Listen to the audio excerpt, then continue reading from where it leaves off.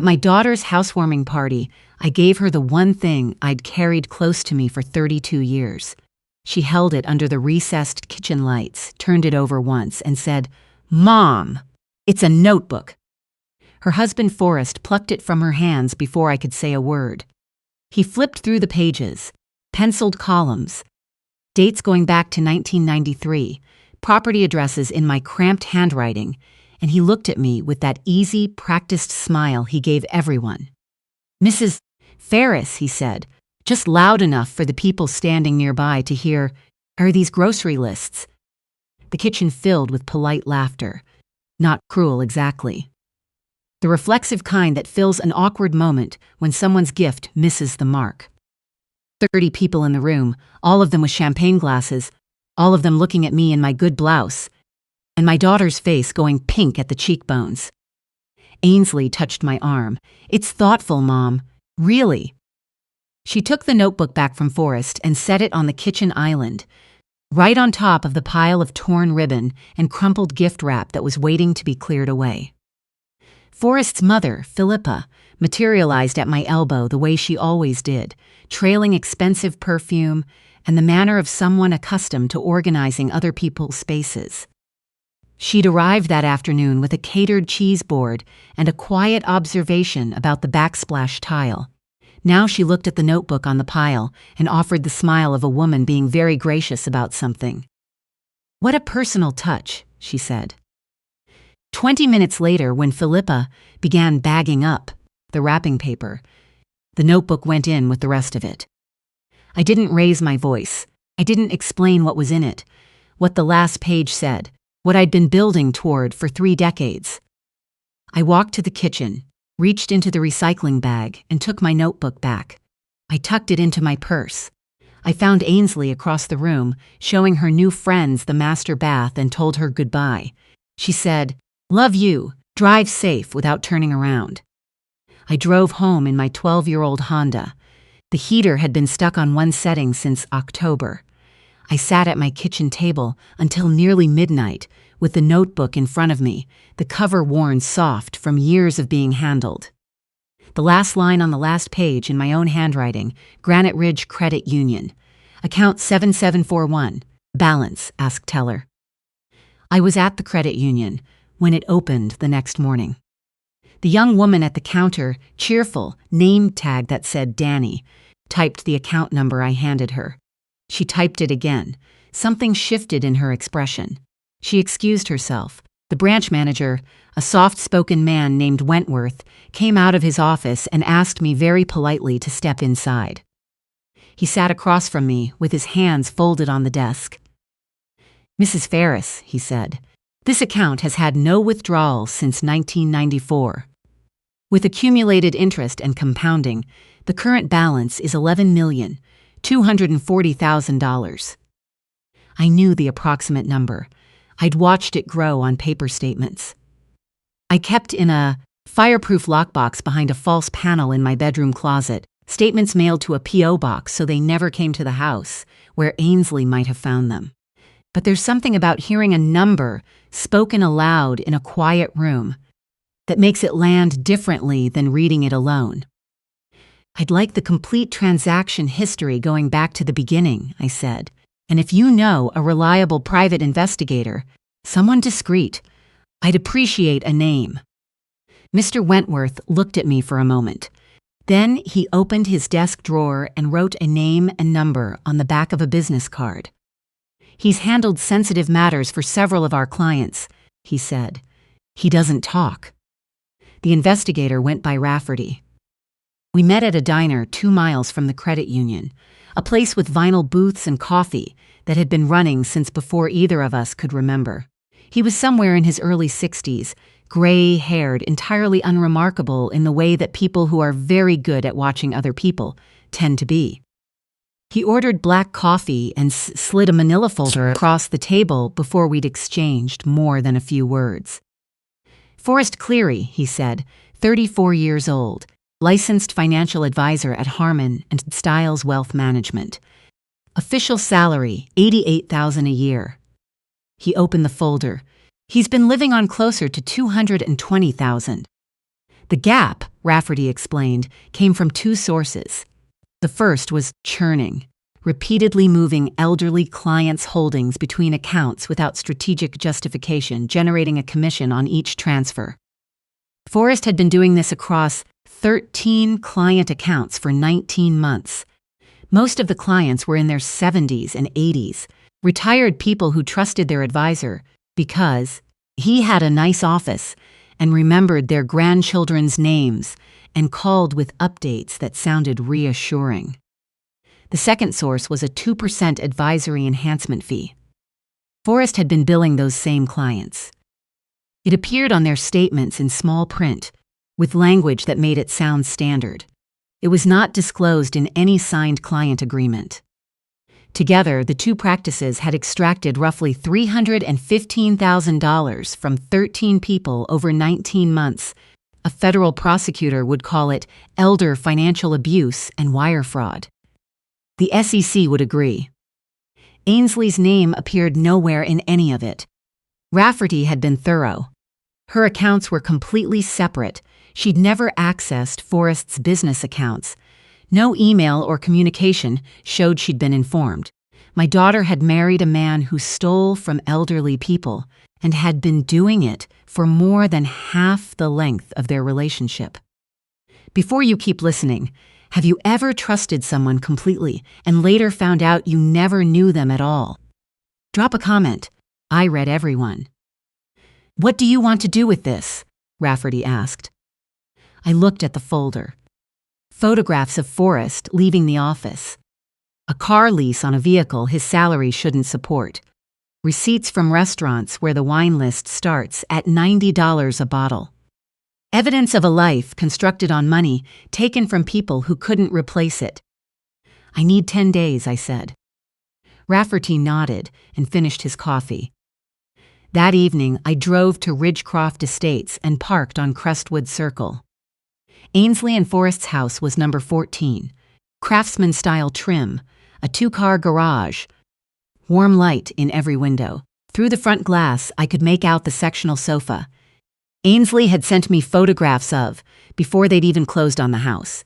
Isn't it perfect? She'd written. It was a handsome development, wide lots, street trees transplanted at considerable expense, to make everything look established, the kind of neighborhood that photographs well and makes people feel they've arrived somewhere that was always meant for them. I bought this land in 2008. 41 acres of fallow farmland, sitting unused since the mid-90s, acquired through my LLC, Ferris Property Group, for just over $2 million. I paid cash through the company, using rental income accumulated from the properties I'd been quietly buying since 1993. I sat on the acreage for 5 years, paying property taxes, watching the suburb grow outward. In 2013, I brought in a development firm and built the first phase. In 2017, the second. I kept 4 undeveloped parcels on the north edge, plus the development rights and the HOA management contract. I'd built the first rental property with a $39,000 foreclosure on Oleander Street, purchased with 6 years of savings from my job in the cafeteria at Kettering Elementary. I'd used library books to learn plumbing, watched YouTube tutorials before YouTube existed by finding VHS tapes at the library, and worked weekends until I could rent both units. The income from those first tenants paid for the next property and the next. I kept 2 separate pools of money the entire time, the rental income which I reinvested, and my salary savings which went straight into the Granite Ridge account and never came back out. That account was always for Ainsley. The properties were the engine. I never mixed them. Ainsley had chosen Ridgecroft Estates because it felt established, because it felt like somewhere people of a certain kind had always lived. She had no idea her mother had been paying property taxes on this land since George W. Bush was in his second term. The ground under her new house had my initials on the title documents. I submitted the SEC tip on a Thursday afternoon from a public terminal at the branch library on Meridian Street. The online portal was straightforward. I uploaded everything Rafferty had given me, transaction logs, fee schedules, account comparisons showing the gap between what clients were told and what actually happened. I included specific account records for 4 clients whose files showed the clearest pattern. I submitted without identifying myself. The portal gave me a reference number. I wrote it on the inside cover of my notebook, cleared the browser, and walked home in the November cold. Ainsley called that evening. Her first voicemail was calm, the tone of a woman trying to smooth something over. "Mom, I know the party was a little awkward. Can we just talk?" I listened and didn't call back. By the 4th day, her messages had something new in them, a tightness I recognized.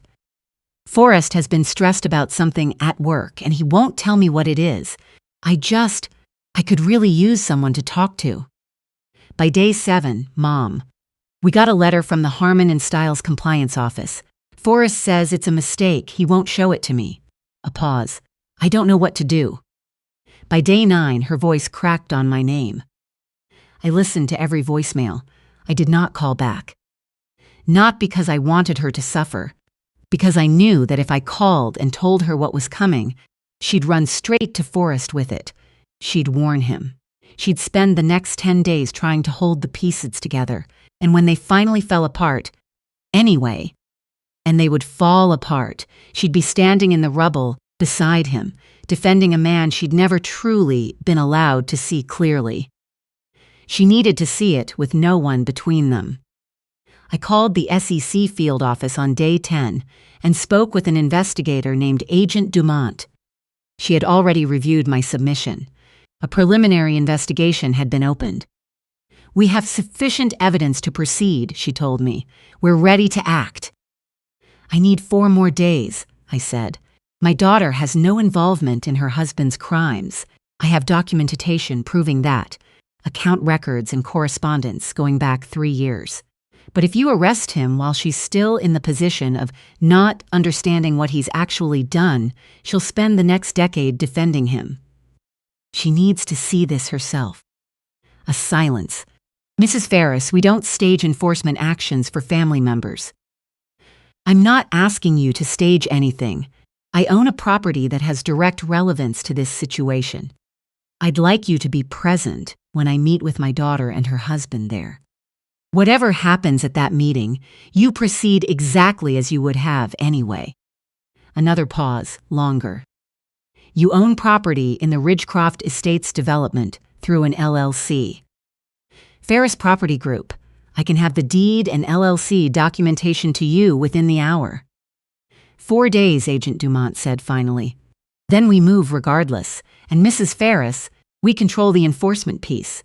This is a federal investigation." "Understood," I said. "I just need the truth to be visible when it arrives." The morning I'd chosen was a Saturday in late November. Clear and cold, the sky the flat, pale white that means winter is serious. I arrived at the Ferris Property Group development office at 9 o'clock. It was a small building near the Ridgecroft main entrance, with a site map in the front window and my company name on the door in plain black letters. Ainsley had driven past it hundreds of times on the way to her house. She'd never had any reason to look. I put on coffee and waited. Ainsley arrived first, alone, at 10:45. She stood in the doorway taking in the framed aerial photographs, the development timeline going back to 2008, the property maps covering most of one wall. "What is this place?" she said. "It's mine," I said. "Has been since I bought the land in 2008. She looked at the site map. She found Crestwood Circle. She found Lot 14. She sat down. Forrest's car pulled into the lot 12 minutes later. He and Philippa came in together. Forrest looked like a man who had been bracing for impact for 2 weeks and was exhausted by the waiting. Philippa surveyed the room with the expression of someone calculating whether it was worth her time. "What is this?" Forrest asked. His voice was controlled but thin at the edges. "Why are we here?" "I wanted you to understand where you've been living."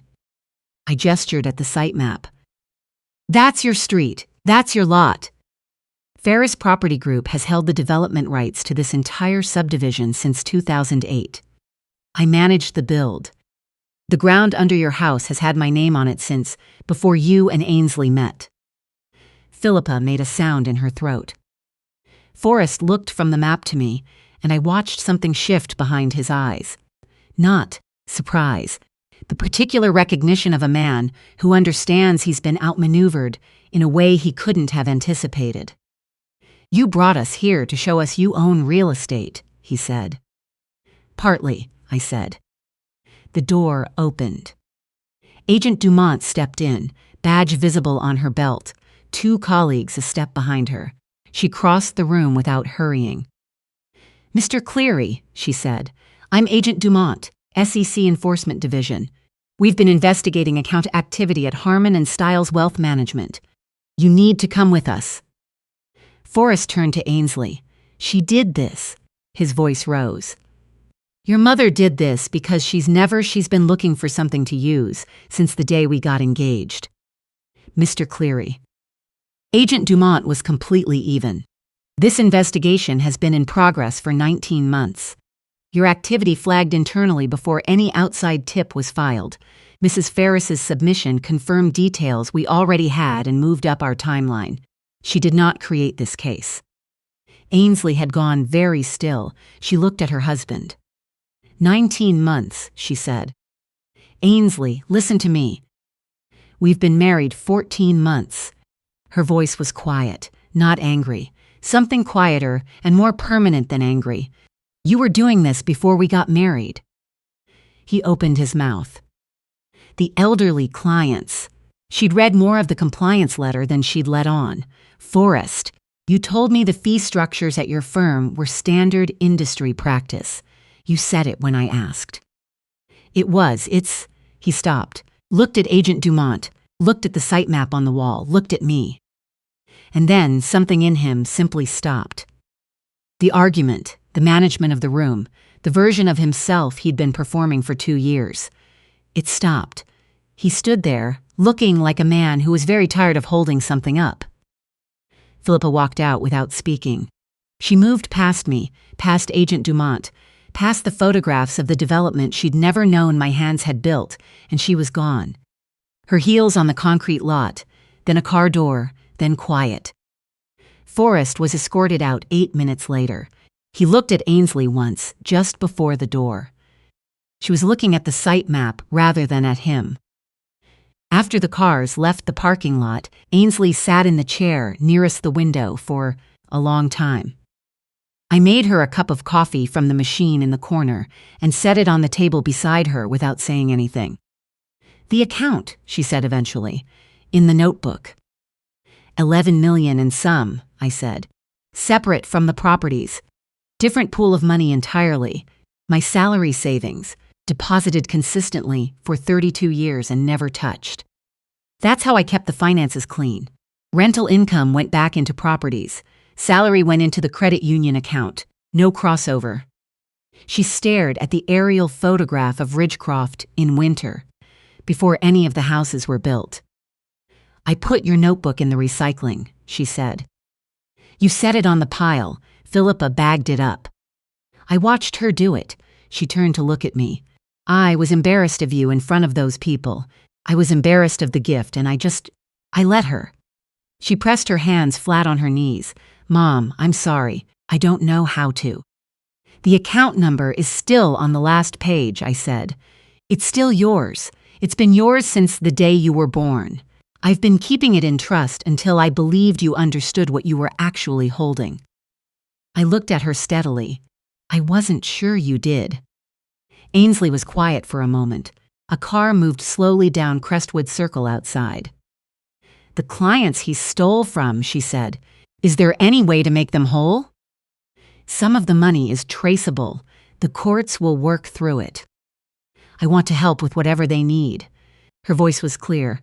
"Testimony, documents, records from our joint accounts showing I had no access to his. Whatever they ask for, I'll cooperate with everything." "Then start there," I said. "That's where you start." I began permitting in December for 36 townhomes on the 4 undeveloped parcels on the north edge of Ridgecroft. Mixed income, 2-bedroom units priced for the people who kept everyone else's lives running. Teachers, hospital aides, school food service workers, people who had good employment records and simply never made enough to build a deposit while also covering everything else that living costs. Ainsley asked in January if she could learn the property management side of the business.